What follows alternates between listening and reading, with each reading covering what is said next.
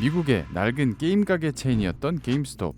게임이 전부 인터넷과 모바일 세상으로 넘어가면서 이 회사는 망할 날만 기다리고 있었습니다. 그런데 2021년 1월 이곳의 주식이 단 3주 만에 100배 이상 뛰어버리며 전 세계의 모든 뉴스를 화려하게 장식하는데요. 이 광기 어린 상승 덕에 몇몇 사람은 하루아침에 떼부자가 됐고 뒤늦게 기웃거린 다수는 엄청난 손실을 입었습니다. 4년여가 흐른 지금 세상은 이 사건을 그저 경솔한 초보 투자자들이 펼쳐낸 광기 어린 도박판으로 기억하고 있습니다. 하지만 게임스톱 사태는 깊숙이 들여다보면 오랜 시간 월가에 시달린 개미들의 아주 지적인 반란이자 방구석 찐따들이 일으킨 일종의 혁명이었습니다. 게임스톱 사태의 진짜 내막을 알기 위해선 주동자들이 모여있던 커뮤니티 월스트리트 배츠를 이해해야 하는데요. 월스트리트 배츠는 레딧이라는 SNS상의 한 커뮤니티로 우리나라로 따지면 DC 인사이드의 게시판과 비슷합니다. 옵션 트레이딩 정보를 나누기 위해 만들어진 곳이었죠. 이곳을 만든 건 제이미 로고진스키라는 알코올 중독자였습니다. 무료함과 허무함을 달래기 위해 옵션 투자를 시작했고 그 정보를 좀 나눠보겠다는 마음으로 이 커뮤니티를 열었죠. 어쩌다 특출난 전문 트레이더가 있긴 했지만 이곳의 참여자 대다수는 제이미와 비슷한 사람이었습니다. 현실 세계에선 큰 두각을 나타내지 못한 채 도파민을 쫓아 디지털 세상으로 도망친 사람들. 그러다 보니 이들은 스스로를 지칭할 때 전응하나 자폐하라는 단어를 쓰곤 했습니다. 그들에게 옵션은 현실에선 맛볼 수 없는 짜릿한 스릴을 선사했습니다. 옵션은 주식을 어떤 가격에 사고 팔 권리인데요. 그래서 가격의 등락이 주식보다 몇 배는 더 심합니다. 예를 들어 보면요. 지금 $100인 주식을 다음 달에 $105에 살 수 있는 권리, 요거를 $1에 살 수 있다고 쳐볼게요. 그러면 주식이 다음 달에 만약 $110가 되면 내 옵션은 행사하는 즉시 $5를 벌 수 있으니 가치가 5배가 되죠. 하지만 반대로 만약 주가가 $105를 밑돈다면 그냥 휴지 조각으로 전락합니다. 월스트리트 배츠의 유저들은 서로 경쟁이나 하듯 이 위험한 투자를 저지르고 이를 인증했습니다. 어차피 잃든 안 잃든 똑같이 인생은 바닥이었으니 그들은 거리낌이 없었죠. 설령 크게 잃더라도 남는 건 있었습니다. 월스트리트 배츠의 전응아들은 이런 인증을 손실 포르노라고 부르며 치켜 세워줬거든요. 이들이 공유하는 정서는 깊은 무력감과 허무주의였던 겁니다. 사실 오랜 시간 동안 월스트리트 배츠는 마이너한 커뮤니티였는데요. 2017년에 불어닥친 암호화폐 광풍 때문에 갑자기 성장합니다. 비트코인이 불과 1년 만에 20배 가까이 폭등하자 20, 30대 젊은이들은 일확천금을 쫓아 너나 없이 암호화폐 투자에 뛰어들었죠.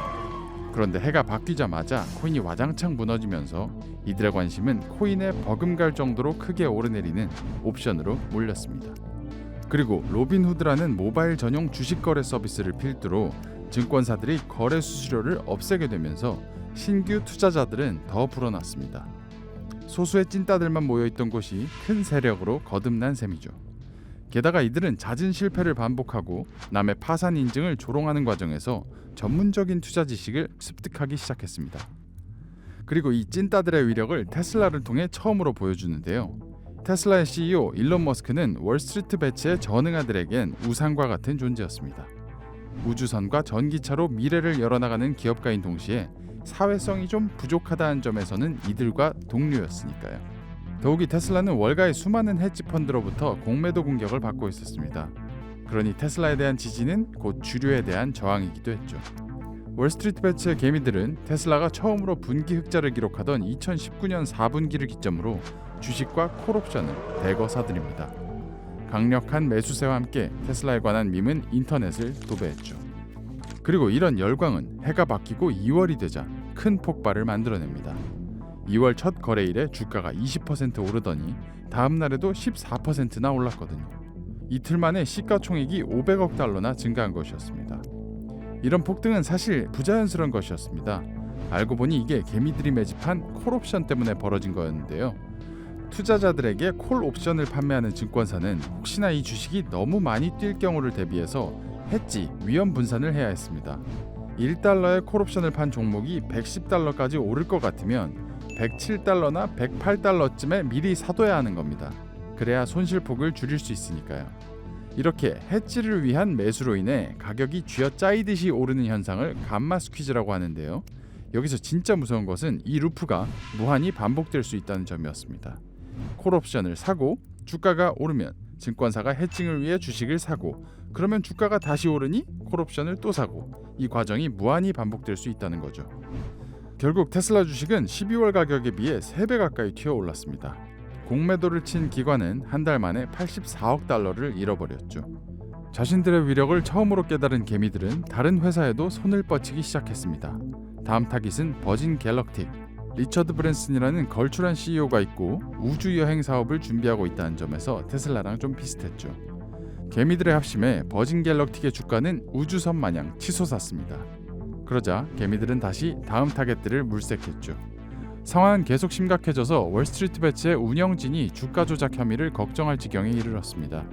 그래서 이들은 가격 조작이 쉬운 작은 종목들, 그러니까 시가총액 10억 달러 미만인 기업에 대해서는 아예 논의 자체를 차단해버리죠. 하지만 이 파도를 진짜 저지한 건 이런 조치가 아니라 천재지변이었습니다. 엄청난 속도로 확산된 코로나19가 그 주인공이었고요. 전 세계의 증시는 폭락했습니다. 그 가운데서도 테슬라와 버진 갤럭틱처럼 최근 급상승했던 종목들이 가장 가파르게 추락했고요. 시민들에게 무기한 자택 대피령이 내려지면서 실물 경제도 얼어붙었습니다. 모든 경제학자들은 입을 모아 세계 경제가 25% 이상 위축될 거라고 경고했습니다. 개미들이 만들어낸 잠깐의 파도는 흔히 하락장의 시작을 알리는 인간지표, 그러니까 초보들의 광기로 정리되는 것 같았습니다. 그러나 개미들이 모두 시장에서 도망칠 거란 예상과 달리 월스트리트 배츠의 전응아들은 그 어느 때보다 열정적이었습니다. 2018년 중국발 하락장을 직접 경험한 바 있었고 2008 금융위기에 대해서도 빠삭하게 아는 똘똘한 투자자로 이미 거듭난 상태였거든요. 전응아들은 모두 지금 어떻게 해야 돈을 더 벌 수 있을지 고민하느라 혈안이었습니다. 게다가 새로운 증원군까지 가세했는데요. 어차피 방에 갇혀서 할 것도 없는 김에 투자의 세계를 기웃거리는 사람들이 많아진 것이었습니다. 월스트리트 배츠의 트래픽은 계속 늘어났고 이와 함께 3, 4월 2달 동안 개인들의 주식 거래량은 폭발적으로 증가했습니다. 그 정도가 얼마나 강했냐면 닷컴 버블이 한참 심하던 시기의 평균 거래량보다 5배나 많았습니다. 그리고 결과적으로 이 불나방들의 베팅은 옳았던 것으로 판명났습니다. 3월 24일 미국 의회가 천문학적인 규모의 부양책을 승인하면서 주가가 반등하기 시작했거든요. 그리고 이 상승세는 4월 중순까지 멈추지 않고 계속됐습니다. 신이 난 전응아들은 머니 프린터 고 뿌르르, 돈 찍는 기계가 윙윙 돌아간다, 나 스톡스 only go up, 주식은 무조건 오른다 같은 밈으로 인터넷을 또 한 번 도배했습니다. 그리고 이 성공에서 나온 자신감을 기반으로 다시 못된 짓을 시작하죠. 첫 번째 목표는 여행이 사실상 금지되면서 파산한 렌터카 회사 허치였습니다. 월스트리트 배츠에 올라온 한 게시글이 계기가 됐는데요. 정부가 나선다면 파산한 기업도 회생시킬 수 있다는 내용이었습니다. 허치의 주식은 스물스물 오르기 시작하더니 6월이 되자 파산 신청일보다 무려 9배나 높은 값으로 거래됐습니다. 랠리를 주도한 개미들은 쾌재를 불렀습니다. 하지만 이 파멸의 랠리에서 적절한 타이밍에 하차하지 못한 사람들은 큰 손실을 봐야만 했습니다. 오늘의 주인공 게임스톱 광풍은 사실 월스트리트 배츠에 올라온 동영상 밈 하나로 시작됐습니다. 한 중년 남성이 게임스톱 매장에서 산 플레이스테이션 5를 빼앗기는 영상이었는데요. 영상 속의 강도는 플스5를 들고 도망치면서 미친듯이 웃어댔습니다. 이 게시물의 제목은 게임스톱 매장 앞에서 발생한 강탈 사건, 강세 신호였죠. 우스꽝스럽게 시작됐지만 게임스톱에 대한 투자 아이디어는 근거가 꽤나 탄탄했습니다. 새로운 플레이스테이션이나 엑스박스가 5년마다 나오는데 그때마다 게임스톱의 실적이 뻥 피곤했다는 예측도 있었고요. 라이언 코언이라는 걸출한 경영자가 게임스톱의 주식을 대량으로 사들였다는 호재도 있었습니다. 우버 킥스 11이라는 사람은 매일같이 유저들에게 게임스톱 영수증을 수집해서 마지막 구매 영수증의 번호와 전날 번호를 비교해서 하루 판매량을 추산하기까지 했습니다. 이 데이터는 매일같이 월스트리트 배츠에 공유했고요. 로어링 키티라는 유튜버도 게임스탑 열풍을 주도했는데요. 원래 금융 분야에서 일을 하던 그는 유튜브 채널을 파서 게임스톱에 관한 뉴스와 분석 자료를 공유했습니다. 그리고 나중에 알려진 사실이지만 그는 Deep Fucking Value라는 아이디로 월스트리트 배츠의 게임스톱 콜옵션 투자 현황을 꾸준히 업로드하고 있었죠. 그가 바로 5년마다 오는 게임기 사이클을 처음 알린 장본인이었습니다. 2020년 가을 플레이스테이션 5가 출시되면서 로어링 키티의 예상은 적중했습니다. 게다가 12월 중순에는 라이언 코언이 게임스톱 측에 경영 개선을 촉구하는 편지를 보낸 사실이 알려지면서 주식은 한 번 더 크게 도약합니다. 딥 퍼킹 밸류의 5만 달러짜리 콜옵션은 370만 달러의 가치까지 불어났습니다. 그의 인증글에 월스트리트 배치의 전응아들은 크게 열광했다. 그리고 1월 11일 월요일 라이언 코언이 게임스톱 이사회에 합류한다는 소식이 전해지면서 주가는 또 15%나 폭등합니다. 그러더니 그 다음 날인 수요일엔 별다른 계기도 없이 주가가 갑자기 2배로 치솟습니다. 테슬라 때 개미들이 재미를 봤던 감마 스퀴즈가 다시 한번 발생한 것이었습니다. 콜옵션을 팔았던 증권사가 손실을 줄여보고자 너도 나도 게임스톱 주식을 사들인 탓이었죠. 하지만 우버킥스의 조사에 따르면 이런 상승세에도 불구하고 게임스톱의 주식을 공매도한 기관들은 여전히 건재했습니다. 심지어 게임스톱에 대한 공매도 비율은 100%를 넘어섰는데요.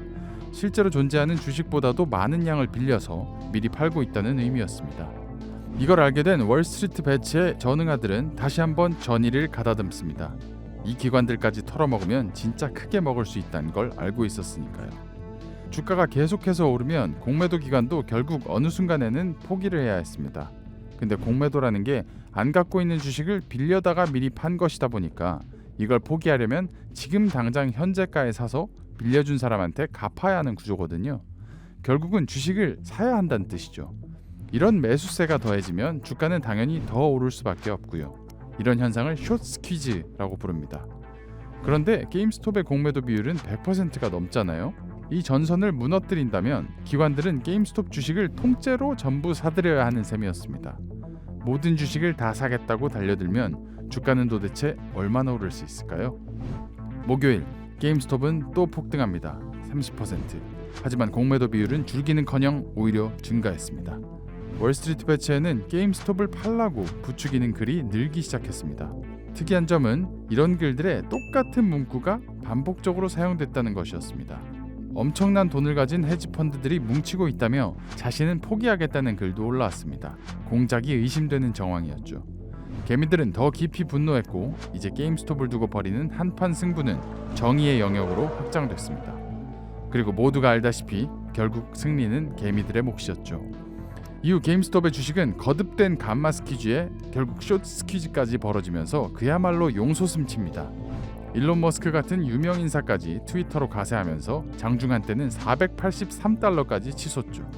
이 모든 사태가 시작되기 전 게임스톱의 주가가 4달러 수준이었으니까 120배까지 오른 것이었습니다. 공매도를 이끌었던 헤지펀드 멜빈 캐피털은 결국 파산했고 함께했던 다른 기관도 큰 손실을 기록했습니다. 하지만 상처뿐인 영광이란 말처럼 개미들도 무사하지는 못했습니다. 공매도가 정리된 시점에서 어차피 파멸은 예정되어 있었으니까요. 로빈후드가 폭발적인 거래량을 감당하지 못한 나머지 매수 주문을 차단하는 바람에 그 파멸은 예정보다 조금 더 일찍 들이닥쳤습니다. 피해를 본 개인 투자자가 많다고 이 모든 야단 법석이 아무 의미가 없었던 건 아닙니다. 미국의 금융감독원인 SEC는 이 사건을 계기로 공매도에 대한 규제를 강화했거든요. 그리고 이 광기에 동참했던 이들은 이후에도 시장에 남아 학습을 거듭해 나갔습니다. 시간이 갈수록 그들의 포트폴리오에는 옵션 같은 위험한 자산은 줄어들고 우량주가 그 자리를 대체했습니다. 그리고 이들은 이후 인플레이션과 우크라이나 전쟁으로 촉발된 하락장에서도 누구보다 먼저 저점을 잡아내면서 큰 수익을 챙겼죠. 게임스톱은 여전히 시장이 뜨거워질 때마다 화제의 중심으로 돌아와 급등락을 반복하고 있습니다. 그리고 주가는 아직도 이 모든 소란이 시작된 시점에 비해선 10배나 높은 수준이죠. 방구석 찐따들의 월가 전복기, 그들은 누구이며 어떻게 시장의 지배자로 군림하게 됐을까? 더 자세한 이야기가 궁금한 분들은 올해 발간된 신간 분노 세대를 꼭 읽어보세요. 제 필력이 부족해서 원본의 재미를 3분의 1도 담아내지 못했습니다. 재미 하나만큼은 제가 확실히 보장합니다. 강력 추천.